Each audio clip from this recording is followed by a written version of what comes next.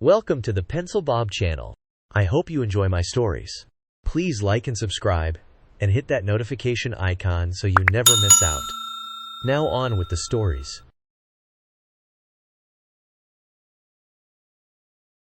When I first heard Missouri passed a law allowing people to keep up to 6 hens despite HOA restrictions, I was thrilled. Finally, some sanity in a world of HOA meddling. My own HOA had this bizarre unyielding policy banning any livestock, chickens included. But with this new law in place, they wouldn't be able to say much if I decided to have a few hens pecking around my backyard. I mean, I had the land, more than 2/10 of an acre, and the space for a small co-op.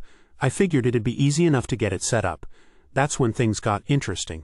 I dropped a casual line at the next HOA meeting, something like, "Hey, since Missouri just passed that law, I'll be adding a small chicken coop to my backyard. I'll keep it neat, don't worry." The room went silent for a beat. Then the president, a guy named Greg, looked up from his agenda, and his face tightened in this expression that was a mix of disbelief and something else, like I'd just announced plans to host a rock concert on my lawn. The usual crew of board members exchanged looks, and I swear the air got tenser. Greg finally cleared his throat and said, "Well, we'll need to discuss that." I shrugged, trying to keep it casual. "Discuss what? The law is pretty clear about this.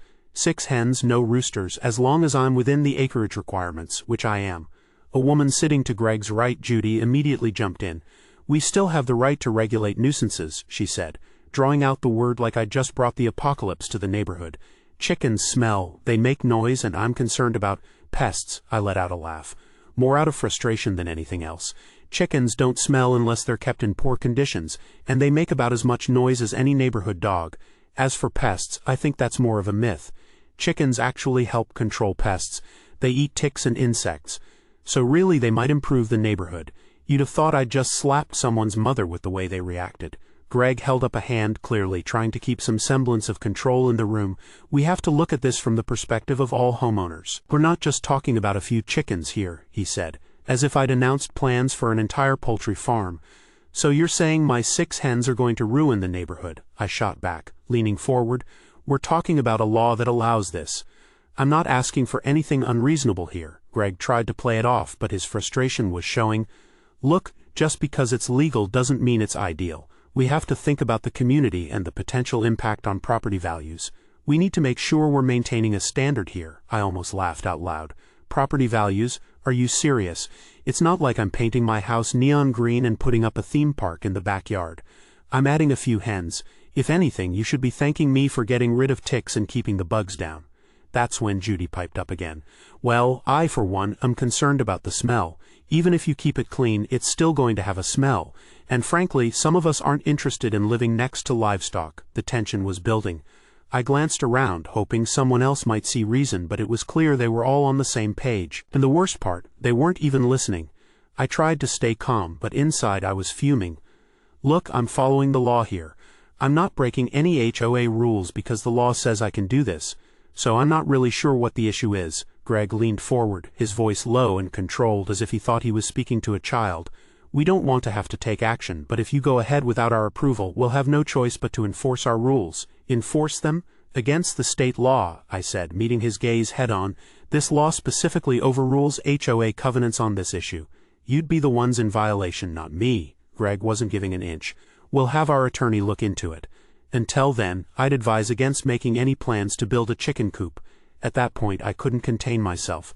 "Fine, get your attorney involved. Let's see what they say. But I'm warning you now, I'm well within my rights, and I'm not about to roll over just because the HOA wants to play power games." I left the meeting, my mind whirling with everything they'd said, every ridiculous excuse they'd thrown my way. I thought, fine, if it's a fight they want, it's a fight they'll get. Over the next few days I got busy. I put together my co-op plans, checked the zoning requirements again, and even called the city to confirm everything was in line. Armed with all this, I sent an email to the HOA board, attaching all the information I'd gathered and making it crystal clear I had no intention of backing down. A few days later, I got an email back, and I wasn't surprised to see it was from Greg.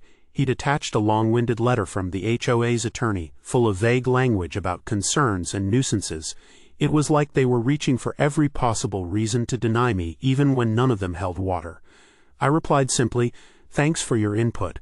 I'll be proceeding as planned since I'm in compliance with state law." 2 days after that, I started getting emails from neighbors. Some were supportive, others not so much.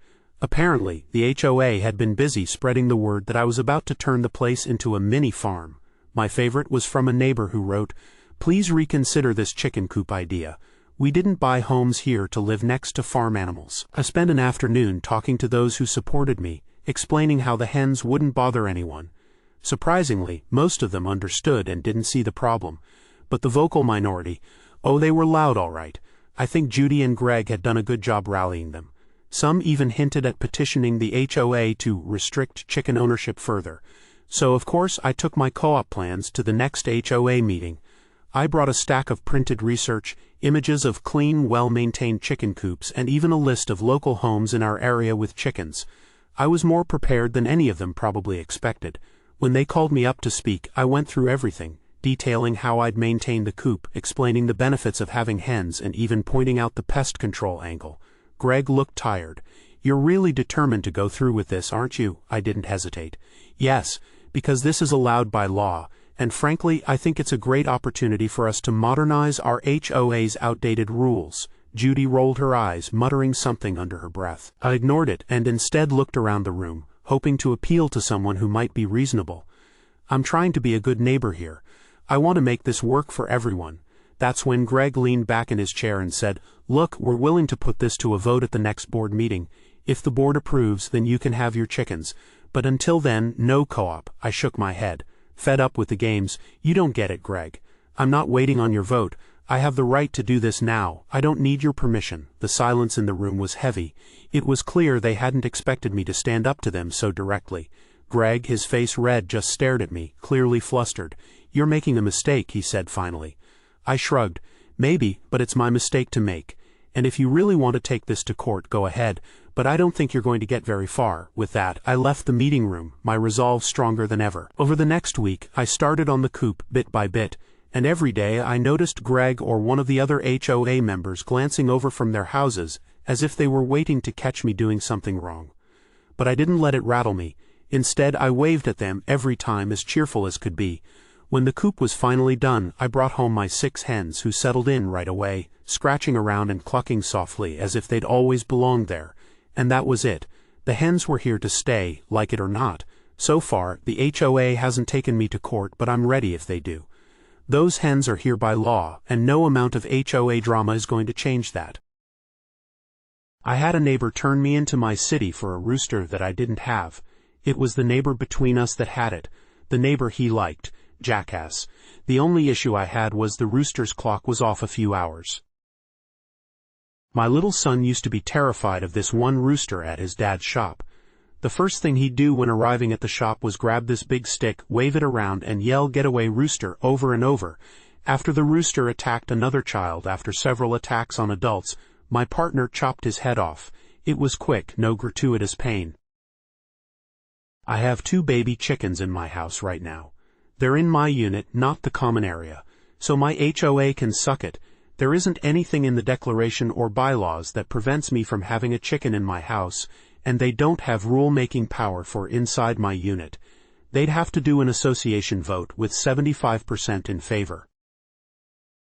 If you like our stories, then please like and subscribe and comment, and remember to hit that bell icon so you never miss out. We have new stories almost every day. I get an email, and right there in the subject line, it's like the universe is testing me. Important HOA notice. Immediate action required.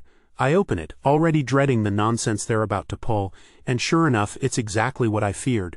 The HOA is demanding we repaint the trim on our house. They even have the nerve to say it's necessary because it's looking chalky. I stare at the screen, baffled. Our house is barely 4 years old. Paint still feels fresh, for crying out loud. I send a quick response back, asking, why on earth do we need to repaint it? The house isn't old, the paint isn't peeling. What's this really about? I'm hoping it's just some mix-up. Maybe someone misfiled our house with one of the older ones down the street that actually could use a little touch-up. The next day I get a reply. It's chalky, they say, like that explains everything. Chalky, is this some kind of new HOA code for we're bored and need to bother someone? I can't help it. I start venting to my spouse. Chalky, since when is chalky a problem? I say, pacing around the living room. I've never seen anyone call in the paint police over a little dust on the trim. We stew over it, weighing the pros and cons of pushing back. But ultimately we just sigh, giving in to keep the peace. Fine, I tell them. We'll repaint it. I figure that's the end of it, that the HOA will be satisfied and we can move on. But oh no, these people can't make anything simple. Right after I confirm we'll do it, they send back a new email. Before you proceed, you'll need to submit a request form for approval, it says. I feel my eye twitch. They want us to submit a form to do the very thing they're telling us we have to do.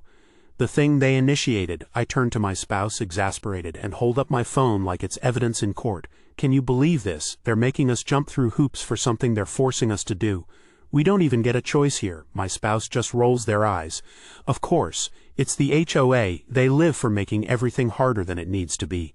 Just, let's do the form and get it over with. So we fill out the ridiculous form which asks us to specify what color we'll use. I mean, obviously, we'll use the same color it already is. But sure, whatever, I type in the color and send it off. And then, just as I think we're finally done, I get an email back. They want us to clarify the color. Now I'm genuinely starting to lose it. I sit there, staring at the email, mouth open.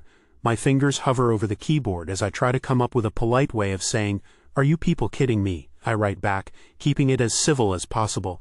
But the irritation seeps through. The trim color is the exact same as it's always been, I tell them. We're repainting it with the original color, as per your request. Their reply comes back within minutes. We still need you to confirm the color code for our records, it says. Color code? I don't have a paint catalog memorized. I'm one more email away from losing my cool entirely. I'm venting out loud at this point. They're forcing us to repaint something that's perfectly fine, and now they want a code. It's the same color as every other house on this street. My spouse tries to calm me down.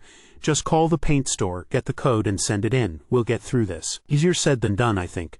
So, begrudgingly, I head over to the hardware store, grumbling the whole way there. When I finally get to the counter and explain my situation, the clerk raises an eyebrow, looking as annoyed on my behalf as I feel. The HOA, how those people got nothing better to do. I laugh bitterly. Apparently not. I just need this color code so I can finally get them off my back. Armed with the code, I email the HOA again, thinking there's no way they can possibly have any more demands. But no, they reply again, saying they need a sample painted so they can inspect it before approving the whole job. A sample? Now they want a sample, I nearly yell as I read the email. My spouse looks up alarmed. You've got to be kidding, they say. We're not doing a sample. Why should we have to paint a random patch of trim for them to scrutinize? It's the same color.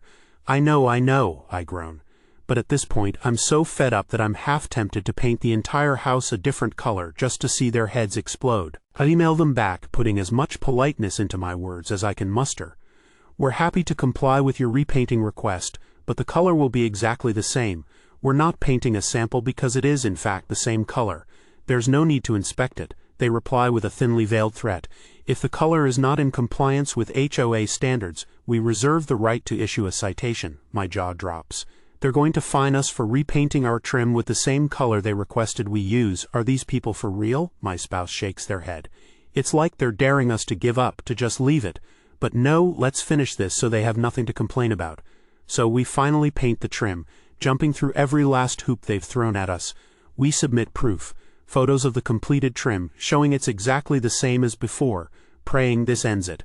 I send the email with a shaky exhale, hoping for some silence, and then, in a cruel twist, they respond with one final email. After review, we recommend a second coat to maintain consistency with neighborhood standards. That's it. I have no words. I throw my phone onto the couch, utterly defeated, and slump down beside it. A second coat. They want us to repaint the trim again, just because they can. I swear these people must sit around a conference table brainstorming new ways to ruin our day. My spouse just pats me on the shoulder, but I can see the frustration in their eyes too. They don't need to say anything, the look says it all. We've done everything they asked, bent over backward to follow their ridiculous rules, and still they're finding ways to make it worse. At that moment, I realize this isn't just about trim or paint, it's about control. These people have nothing better to do than make everyone's lives harder, all to feel a tiny bit of power. And that's when I start thinking maybe it's time to start pushing back. We ran into the exact same issue. The HOA said we needed to repaint our house. We proposed a color, but they said we would need to paint a 2-foot by 2-foot square sample of the color on the front of the house for their inspection and approval. We said no, we weren't going to paint a block of color onto our house with no firm timeline for approval. How long was it going to have to stay like that? We said that we would put the color on a board up against the house. They grumbled, but we did it that way. They denied the color. We said fine, we'll paint it the same color as the house down the street that you guys approved 2 years ago. They said we had to paint a block of that color on our house for their approval. We said no, stand at our house and look right. 4 houses down is your sample. They said that wasn't good enough. We said fine, you tell us what color to paint the house. Pick any color you want, we don't care. They said no, we had to paint a sample on the house. At that point we were done with this nonsense. I drafted a letter saying, in essence, just to be clear before the lawsuit is filed, you're denying our request to paint our house any color you choose, and you're going to fine us if we don't paint our house. A couple weeks later, they gave us an approval for the color of the house down the street. We painted and promptly moved.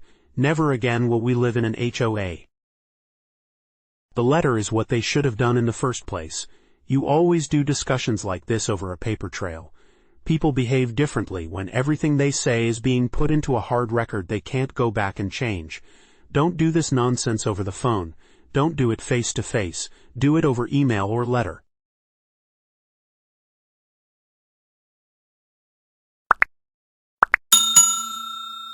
I would like to thank you for watching the video to the end. To encourage us to make more videos, please like, subscribe, comment, as well as share.